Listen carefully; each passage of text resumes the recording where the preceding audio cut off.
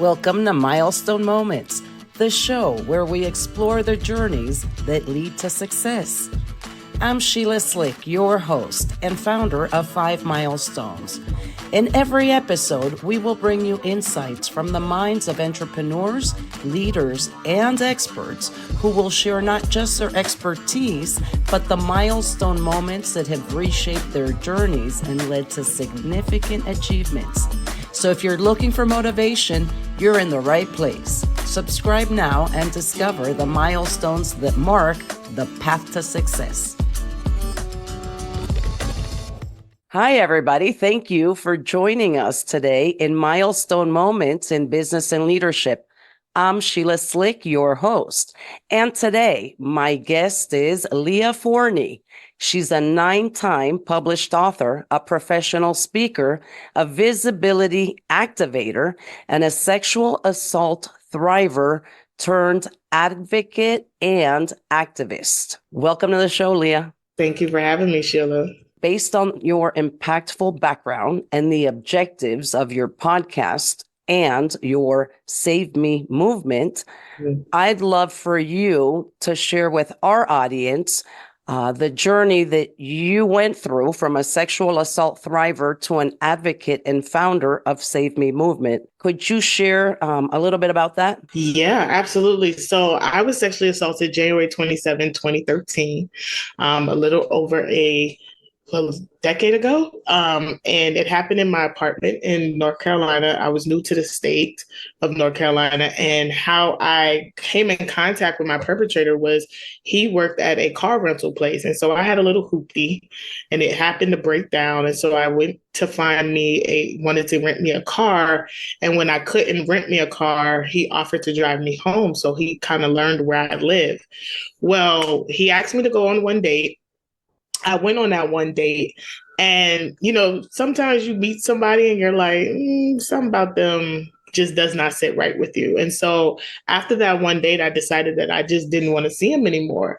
But he didn't like that. He felt rejected. And so he actually began to stalk me. I didn't know he stalked me. So the part of North Carolina that I was in, you can pretty much get anywhere in the city in like 10, 15 minutes. So it was almost like everywhere I would show up, I would see him. And so the day that he raped me on January 27th, I actually was home in my apartment, and I had just got a phone call that a loved one had passed away. And as soon as I hung up with that person that called me, I ended up getting a call from him. And he could tell that I was distraught and I was upset. And so he kind of did this whole, like, let me come over and check on you and comfort you type thing. And against my better judgment, I said yes. But little did I know he was already sitting outside my apartment. And so when he came in my house, what was supposed to be about comforting actually turned into him telling me how he hated the fact that I rejected him and that he didn't like that I rejected him.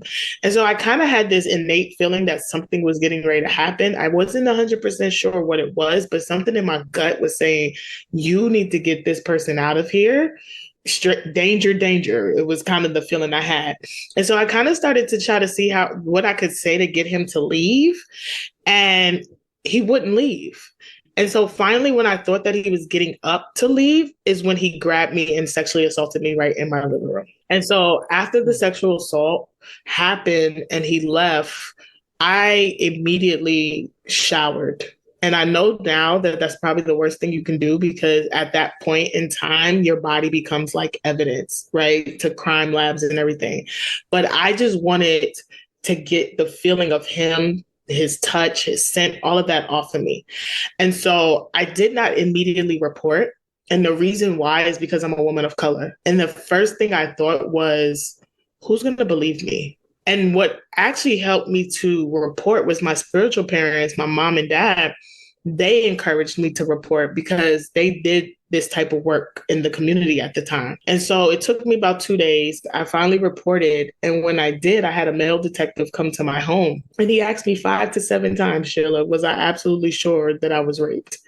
Because I went on one date with the guy. And again, that being berated like I was in the wrong heightened the feeling of like, I'm not going to be believed here. And so what we proceeded to get him to come to court for a restraining order. And my hope was to at least get a restraining order and go about my business. But on the day of court, I had a male judge literally tell me that he thought I was a woman scorned and that he did not believe I was raped. And so I was left with the pieces of my life and left with this trauma while I got to watch the guy that raped me walk out of the courtroom.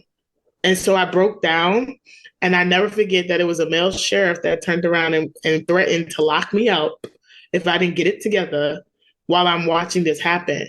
So I had to make a decision. I was like, what are you going to do? What are you going to do with the pieces of your life? And so I ended up going to counseling at the local rape crisis center and really work on my healing. It was through counseling that I found the strength to finally start speaking up about it.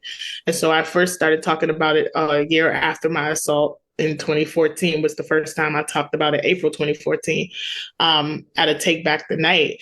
And so how Save Me came into play was in February of 2018, I connected with a dear friend of mine, Carmen, who has since passed away, and she was a survivor as well. And we decided that we just wanted to do something to like amplify voices of survivors. And so what we did originally was we created some PSAs of just different survivors telling stories about their sexual assault experience. And it just sparked this whole movement called Save Me. And so Save Me is an acronym that stands for Sexual Assault Advocacy for Victims Everywhere. And I'm happy to say that I'm picking it back up. I kind of put it down for a little bit after Carmen died because her death just like rocked me to my core.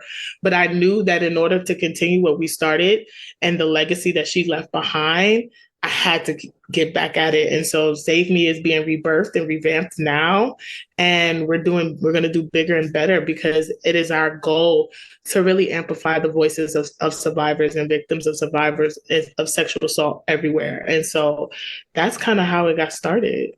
Thank you for sharing that. I'm sorry you experienced such a traumatic experience. So you were able to heal and then a year later find the strength to now become a public advocate and find a way to help others.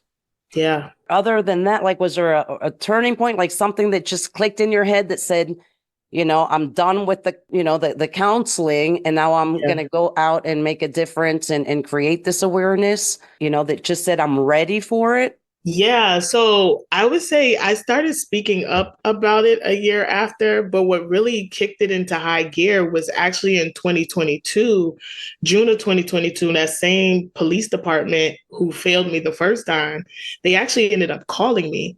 And they called me because they had just now tested my rape kit 9 years after I had been raped. And so 9 years? 9 years.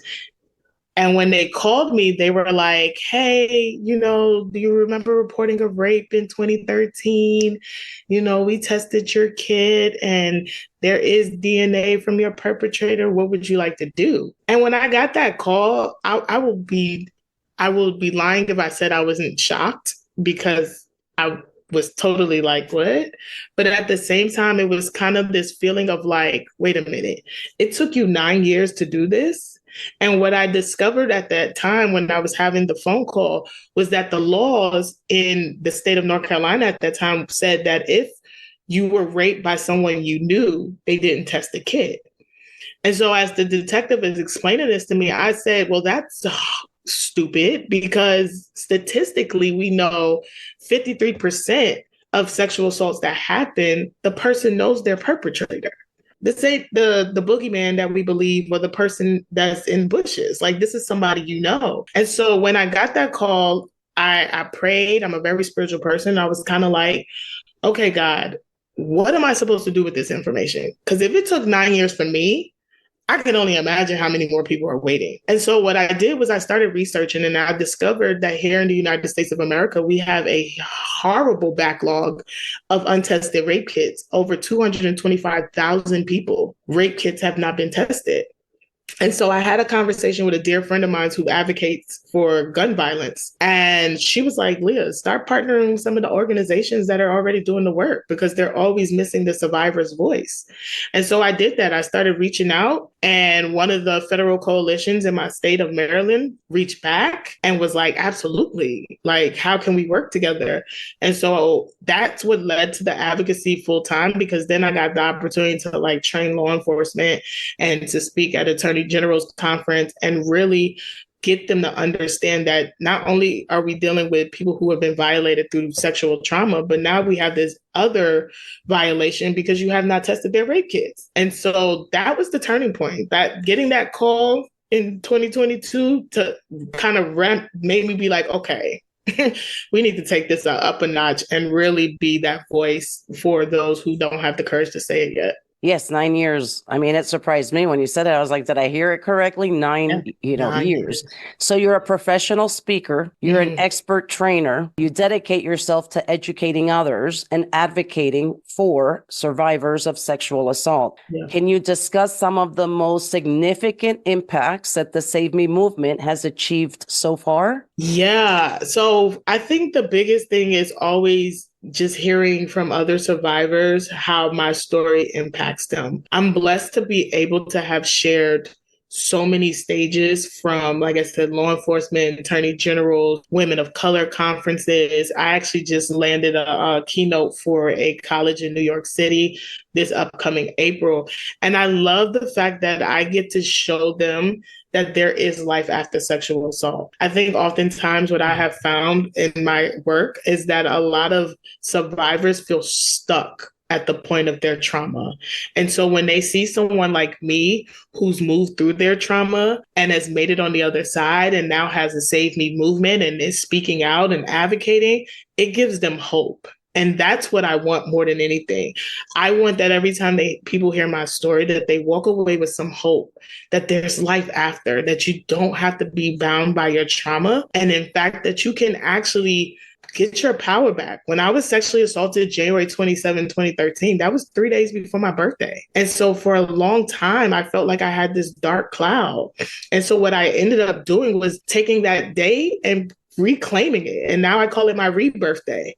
And so it kicks off my birthday, week. And so that's what I want survivors to do, is like figure out a way to reclaim your power and understand that you can redefine your sexual trauma. It does not have to define you. And so that's some of the things that I would say Save Me has done and I've done that are just near and dear to my heart. So what are some of the key challenges someone like you faces trying to make that difference, being that advocate? How do you overcome the challenges as well so that you can continue making a difference? I think for me, the biggest challenge that I face a lot of times, especially with working with law enforcement, is getting them to change their mindset around why it's important to validate a survivor's experience. So one of the things that I push for all the time is the importance of an apology. And for law enforcement, it can be very hard to do because they feel like they are apologizing for personal reasons. And I have to get them to understand that I'm not asking you to make a personal apology.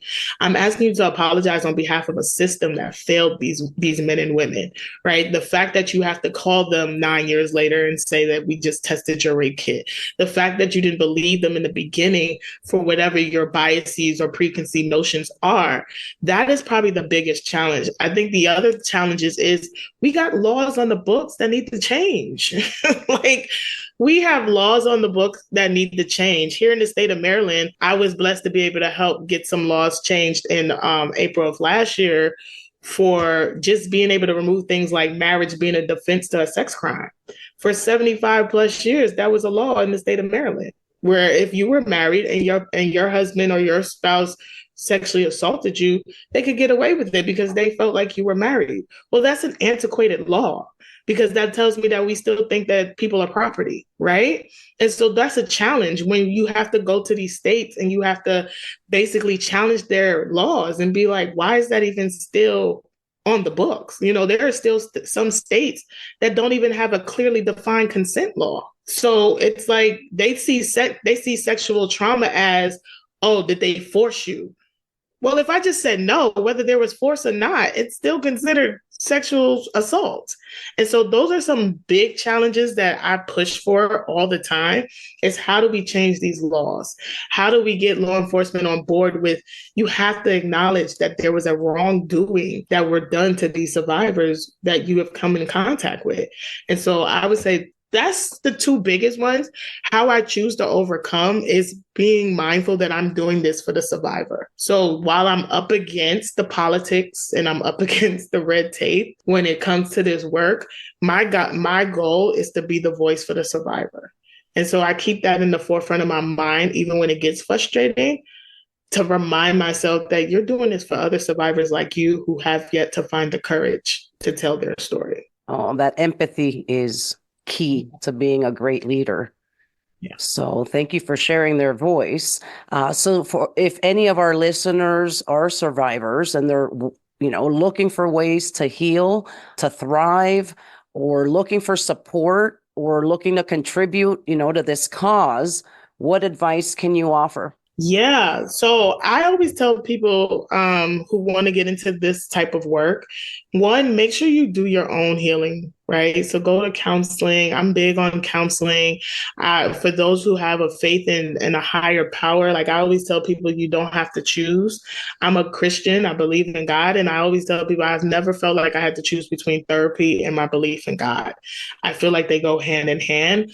But I also was highlight the importance of doing your own inner work and making sure you're ready. Because one thing about sexual assault, especially as an advocate, is that you're going to be hearing these stories and they can become triggering. And so you want to make sure that you've done the work on the inside to be able to stand and hear these testimonies and these stories and not be re-traumatized. I would also say have a good self-care regimen. Take care of you. I do this full time, and sometimes I have what I like to call do nothing days where I just unplug. Like, don't call me, don't text me, don't nothing. I just need to decompress because it's a lot. So definitely have a self-care regimen.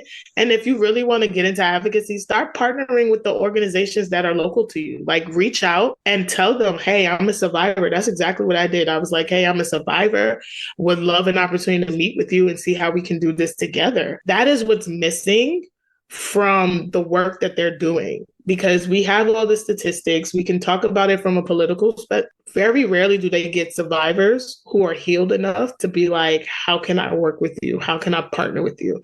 So those are the three things that I would sit here and say is get involved on your local level, your state level, the community, and don't be afraid to share your story. Because what I have found is that every time I tell my story, somebody else gets permission to tell theirs and they get encouraged to tell theirs. And that's what matters to me is when survivors reach out and say, thank you. Thank you for saying that, because that's me. And thank you for sharing your story here, because I believe that sometimes it just, takes one person to make, that difference or to motivate you, to push you out of that comfort zone, to be able to take that next step. So if we're able to help today, just, one person that may be a victim of this or looking, for their inner voice to become an advocate, to make that difference. And I think, we did a good deed here today. Yeah. So you shared 5 actionable steps to support survivors, lighting the way, listening without judgment, educating ourselves, offering practical support, encourage professional help, and respect boundaries. We can help anyone with PTSD or with a trauma with those 5 actionable steps. Yeah. Yeah, especially the listening without judgment.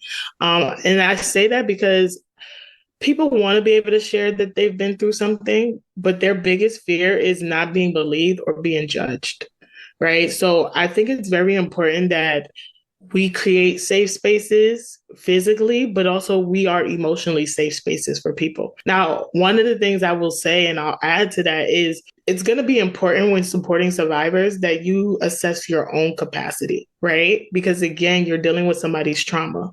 And so you want to make sure that you are equipped to handle it. And so if you know that you're someone that may not be the type that can listen without judgment, or maybe you struggle to support, that's okay. But it's important to be honest about that, because the last thing you want is a survivor of sexual assault or any trauma to open up to you about what they're experiencing and not get the support that they're looking for. So those are some great ways to start supporting, but also definitely being mindful of your own capacity and whether or not you are that person that can support them. So my show is called Milestone Moments. What is your next milestone? Oh my God, that is such a good question. You know what? I am open to the way God wants to move in my life in this season. I think if I could pick something that's the next milestone, I'm getting ready to film my first documentary on childhood sexual abuse. Whoa. Yeah, and so that is happening in April of this year, and so I'm super excited about it because again, this is what I hoped for, is that I get to create platforms and get to create a space where we start to have the conversation. And that's really what I want more than anything, is not just to encourage and survivors, but to really create a space where we can just have the conversation and stop hiding behind what so many of us are dealing with. So how can we follow that journey and where can we find you? Yeah, so you can find me on social media. I'm on all the platforms as Leah Forney. I would definitely say follow me on social media so you can follow that journey. I post tons of content, so they will be able to see me doing behind the scenes and all that. And it is our hope to get this film out this year and do some screenings. So definitely social media will be where I announce it first. You can always email me at info@leahmforney.com. I'm sure I'll put something on the website as well once it's out. But yeah, I'm super excited to film it. And I'm excited for the 6 courageous men and women survivors who are going to tell their story. Before I let you go, what one piece of advice, we've gone through a lot today, would you like to leave our audience with so that they take action? Yeah. So I think my piece of advice that I want to leave your audience with is something that I live by. And that is, whatever it is that you're called to do in this life, do it afraid. I think a lot of times we let fear stop us. And I tell people all the time, I'm fearful or I'm nervous to do a lot of the things that I do. But it's something about doing it scared that shows you that you have everything in you to be as successful as you want to be in this lifetime. So don't let fear stop you. Don't let doubt stop you. Like whatever it is that you desire to do it and do it with the fear. Thank you so much for being on our show. This has been a very insightful conversation. And once again, I hope that by sharing your message, we're able to help at least one person out there. Thank you for having me, Sheila.